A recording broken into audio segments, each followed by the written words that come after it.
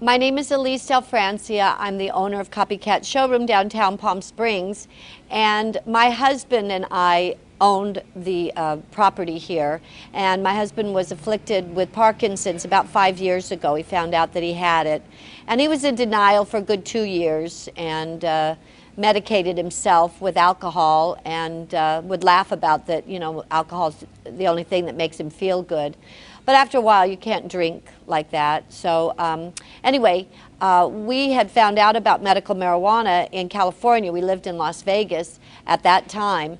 And when I realized that it was legal in the state of California, I gave him some, unbeknownst to himself.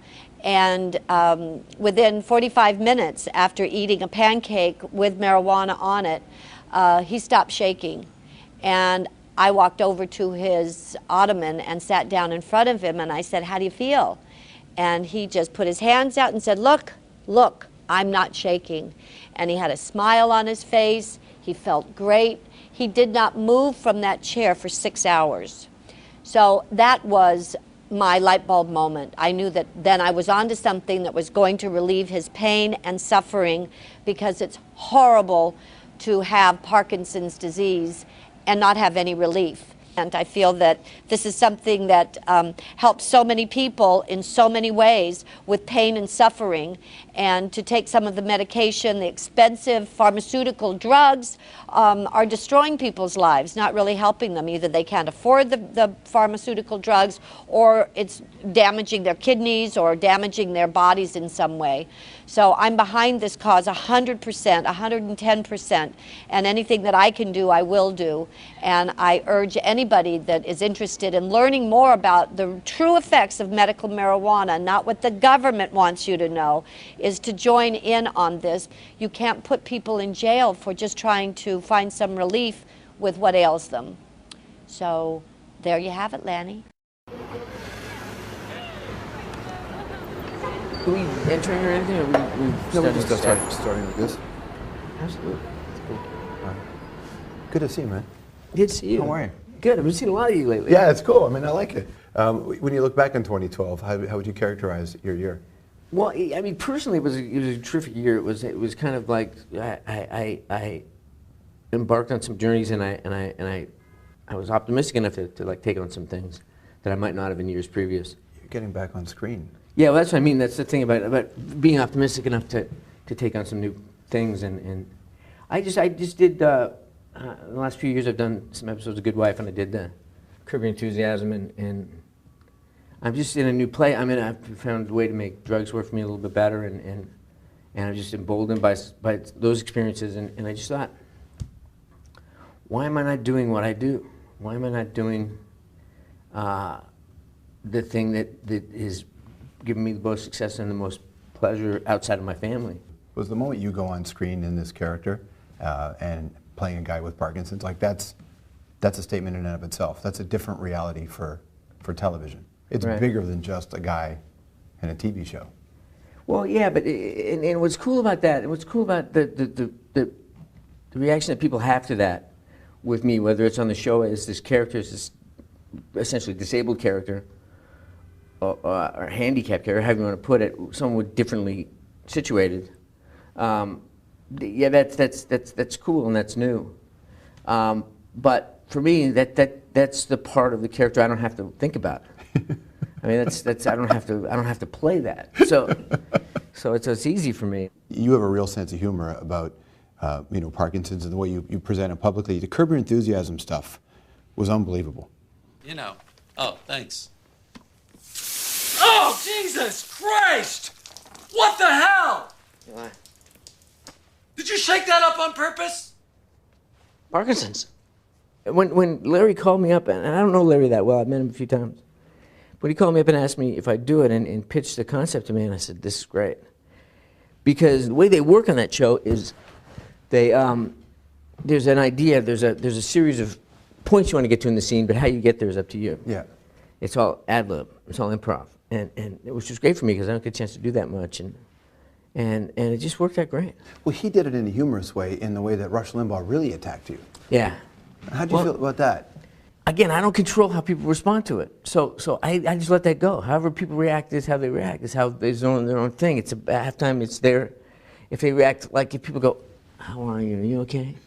That's their fear. Right. You don't have to protect me. You don't have to step in for me and say, don't you know what this guy's dealing with? Or, just everybody chill. Yeah.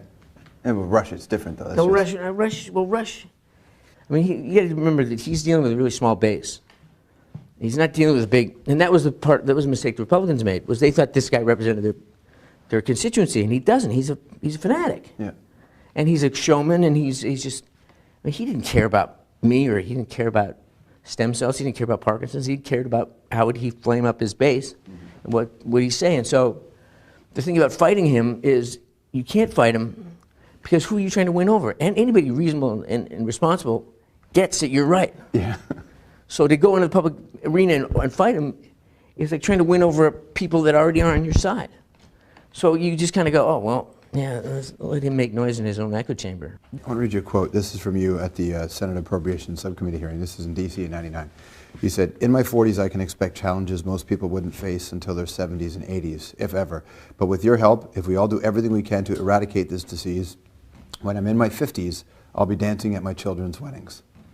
Yeah, I mean, I feel that way, in the sense that I feel that a lot of the things that we're doing with the foundation are going to pay off, and I feel like there's stuff that's happening outside of us that's also interesting stuff with we're figuring out ways to live longer and to live better. My symptoms, as moving around as I am right now, I mean, this is nothing. Yeah. I found ways to control what really gave me a hard time 3 or 4 years ago.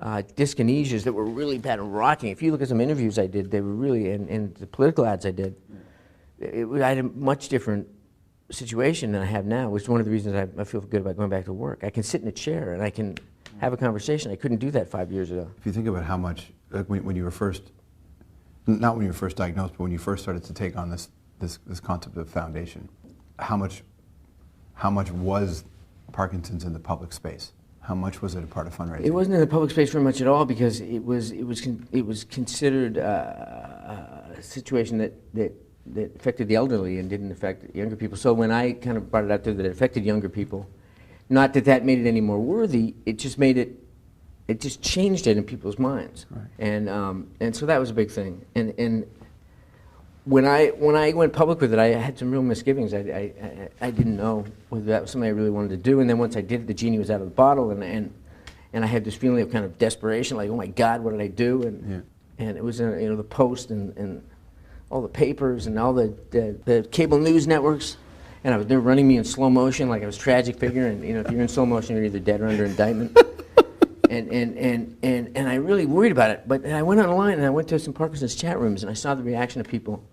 And it was the first time I realized I was part of a community. And I kind of went, wow, there was a lady who talked about going to a store, and the guy always looked at her funny when she went into the store. And then finally, this one day she was kind of shaking and fumbling with her wallet, and he said, what's the matter with you? And she said, I have Parkinson's. And he said, oh, like Michael Fox. Yeah.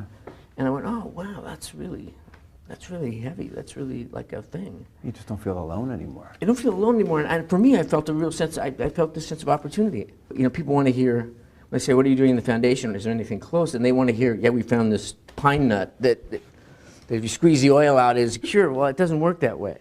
So we're trying to find, we're very close to finding a biomarker. We've got a big research project going on, which is a way to find an indicator, a common indicator in all Parkinson's patients that will tip us off before symptoms are evident. Because by the time symptoms are evident, by the time my pinky twitched, 80% of the dopamine-producing cells in my brain are already dead. Right. So if we can find a way early on that we can find a marker, then we can identify along the way the progression of the disease, and we can treat it earlier, and we can get in there earlier. And if we can find a drug that halts progression and eliminates symptoms, that may not be in the pure sense a cure, but it's as good as a cure. Did you have to change the way you approached being optimistic over the years?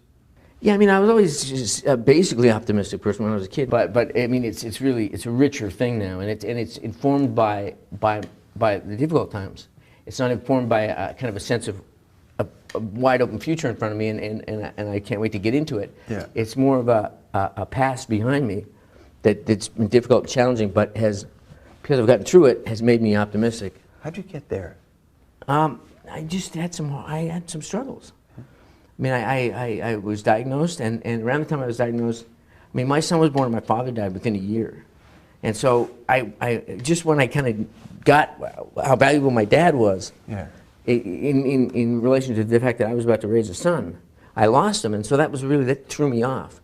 And then I was diagnosed very shortly after, and then I realized my diagnosis that one of the ways I was self-treating it by drinking more, and so I realized I had to not do that anymore, and that was a challenge, and all that stuff, and I mean that put pressure on my marriage, and all that stuff was just to come through that, and to come through that with a stronger marriage than ever, and a sobriety that was really lasting, and an understanding of how much I love my dad and how important he was to me in his absence, which is unfortunate, but a real strong appreciation for him and a new respect for him.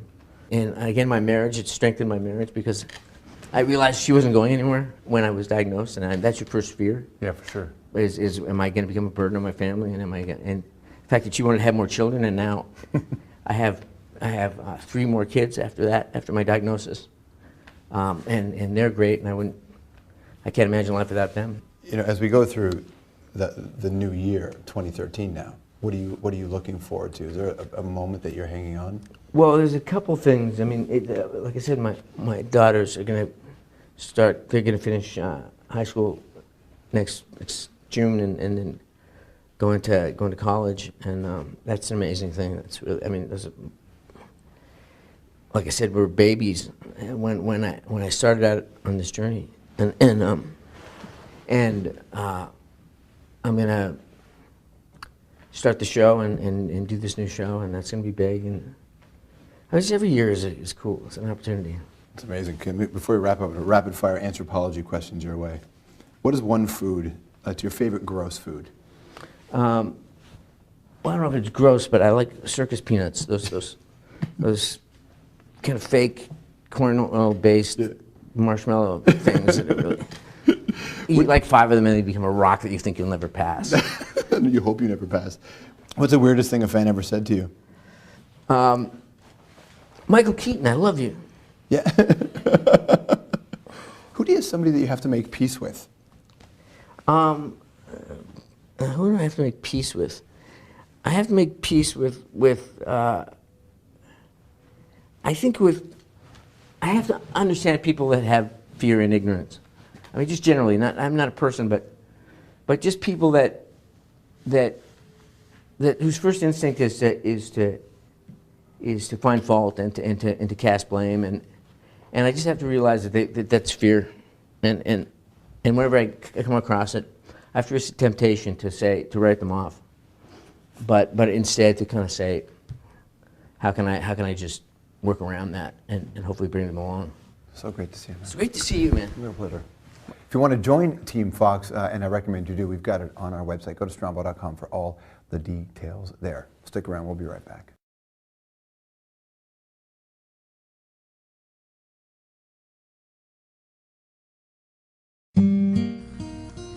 Hello, my name is Mike Paulus, and the purpose of this video is to make viewers aware of Taylor French's condition with Parkinson's disease and what can happen when this condition changes dramatically with the intake of a nutritional extract. In the first portion of this video, his caretaker Janet assists him into the car.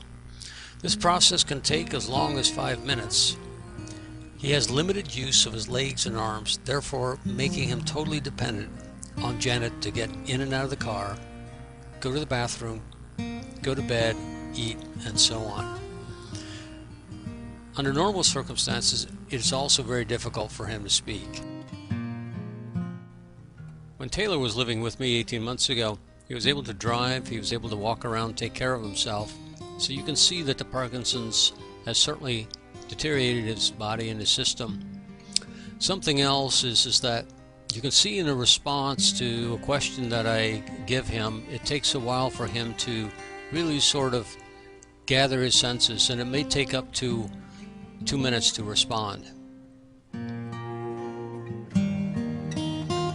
Sandwich? What would you say?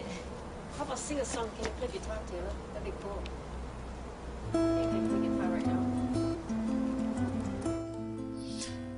Yes, seeing is believing. This is the same Taylor that we've all seen in the wheelchair every day, every week. The difference is, for the last 10 days, Taylor has been taking a therapeutic dose of a vegetable extract. And after 15 minutes since his last dose, Taylor is standing, walking, moving on his own. On this particular occasion, it is for 45 minutes. But if he is on this for an extended period of time, he will regain his abilities through the miraculous nature of its neurogenic properties. We've created this video to show how important this treatment is for a Parkinson's patient, to actually give them back a normal life. As you can see in this case, it certainly is making a big change for Taylor. It talks in a different voice. Never speak with your mouth full. Never, the saying, never speak with your mouth full.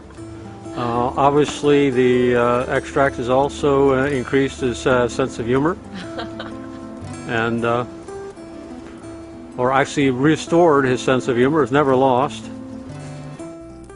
For most of us, raising our arms is no big deal. For Taylor, it requires a lot of help. On this day, he effortlessly brings them up, twiddling his fingers in the air. Could you imagine how much difference this could make if he has this capability for 24 hours every day, not just for once in 9 months for 45 minutes? So after Janet asked Taylor, "Hey, Taylor, do you want to go for a walk?" He turns around, heads towards the front of the house, and this part is a miracle as he confidently ambles towards the gate.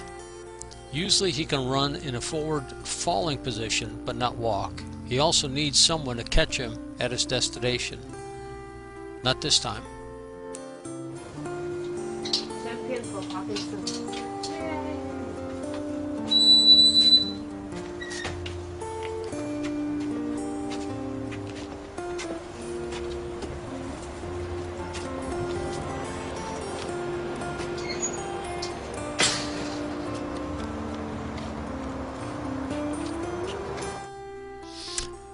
Here, after eyeballing his Buick and being determined, a bit of a ham when a camera is going, Taylor now decides he's man enough to drive the car, especially after being fed by Janet. Can he do this? Remember, he's not walked on his own or driven in months. Confidence is now getting the best of him, and he will try. Sure enough, under his own power, he makes all the moves that are easy for the rest of us, but impossible for him.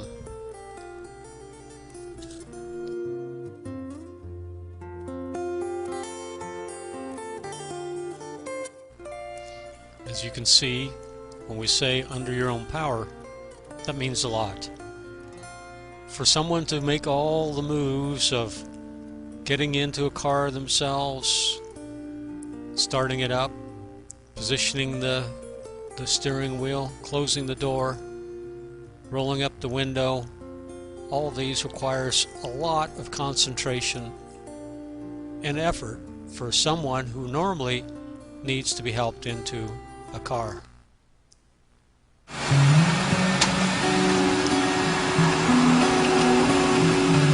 This is an incredible miracle.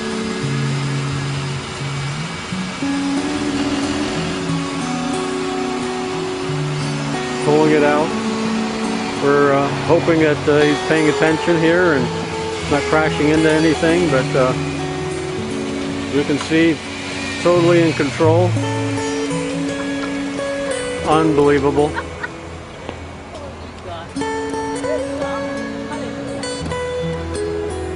There he goes, and we suspect he'll return